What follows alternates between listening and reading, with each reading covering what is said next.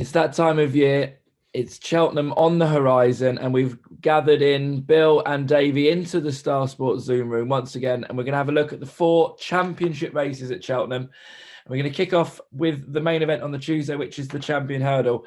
We'll have a quick show of betting, and we'll get straight into it. But Honeysuckle, the mighty mare, who's 13 from 13, heads to the market at 4-6. Appreciate it, who we haven't seen yet this season. It's a 5-1 chance. Sharjah's going to have another crack at her, 6-1. Zana here, 10-1. We're 12-1 bar. Davey, I'll come straight to you.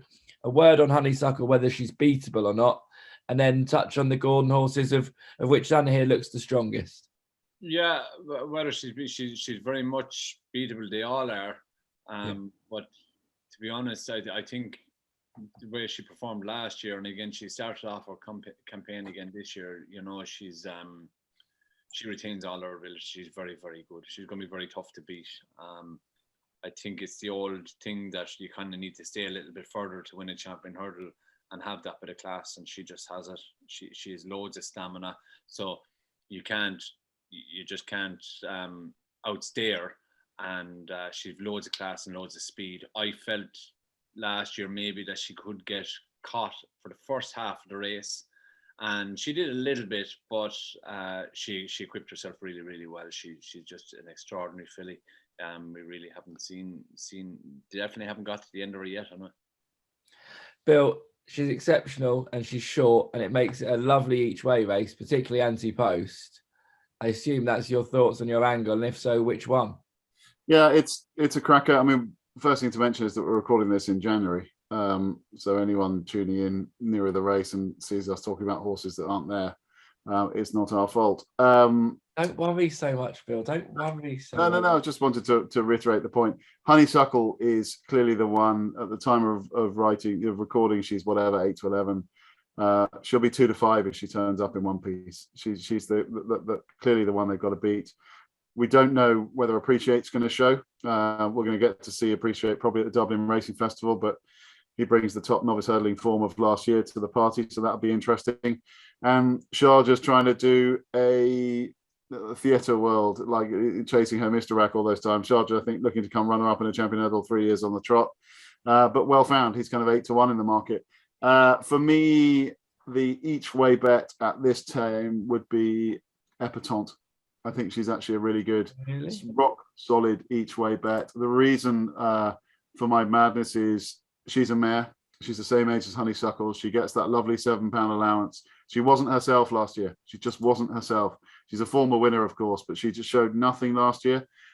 She was third in this race on the back of a really bad run at Kempton. And if you watch the replay of last year's Champion Hurdle, she hit the 4th last, the 3rd last, got squeezed up at the 2nd last, and still managed to be produced on the outside to try and run them down, and flattened out after last and finished 3rd. But this year, Newcastle, she won up first time up. She was much better at Kempton. She travelled with zest. She hurdles really well. I just think she is the one that can now actually potentially serve something up to Honeysuckle. And I thought 12 or 14, you can get out there. Sometimes the betting without market's a bit of value without Honeysuckle. I just think with the weight in her favour, I think she can run really well. And Davey, just touching on the golden strings, he's got a strong hand in here with Zana here, who hopefully will run in this race. It looks likely if you read plenty on Twitter. You've got St. Felician further down the market, Tihupu as well, Abukadabra, so you've got a strong relationship. Would you say Zana here is the standout of his lot?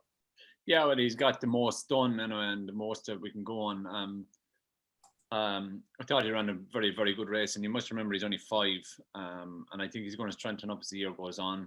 A slight worry he didn't put his best foot forward over the course and distance last year in the Triumph Hurdle, but we all kind of knew that wasn't the true showing. So you'd like to see him come back to a little bit of form, better form after traveling. You know what I mean? So look, it's a very tough race. He's a very good horse standing here. He's after meeting Sharjah, who seems to be a specialist around Leopardstown, borderline Hurricane Fly kind of territory, So he's got rock solid form, and he has the scope to improve. The one horse maybe you could take out of that race was Saint Roy, who ran well. He's only rated 155, so Whether that's good enough to get you placed in the champion hurdle, I'm not so sure. I don't know, but I just thought that nothing really went to plan for him in Leopardstown, and I felt maybe he could come out of that run with a little bit more than what he's actually shown on the day. Brilliant. Well, thanks, chaps. That's the champion hurdle. Honeysuckle for Davy. Each way play for you is very much Epatante for the start, exactly. And that's that. Let's hope the Supermare gets it done again, and we can roll on to the Wednesday.